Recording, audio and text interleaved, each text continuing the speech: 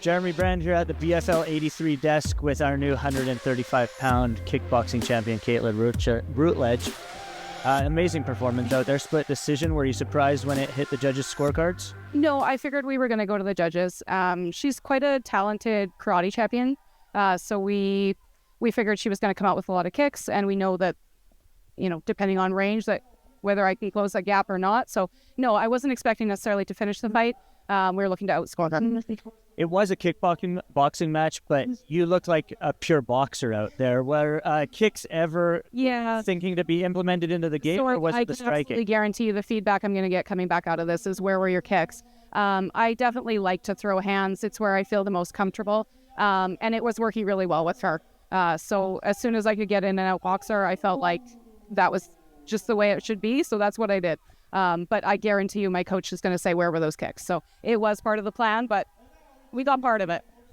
So you said you weren't surprised it went to the judges' scorecards. Did anything surprise you inside the cage? This is my first time being in a cage, so I think sitting in a cage as opposed to a ring was something to consider. I was lucky enough to get up there before the fight and actually feel what it felt like.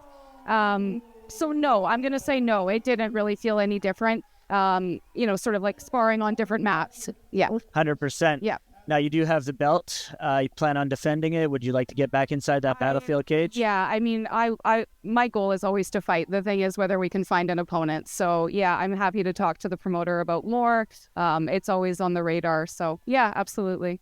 You also said that this was, your first time inside the cage. Were there any nerves walking in there? Oh, absolutely. I feel like this was probably my most nervous fight, which is unusual because this is actually my 8th fight.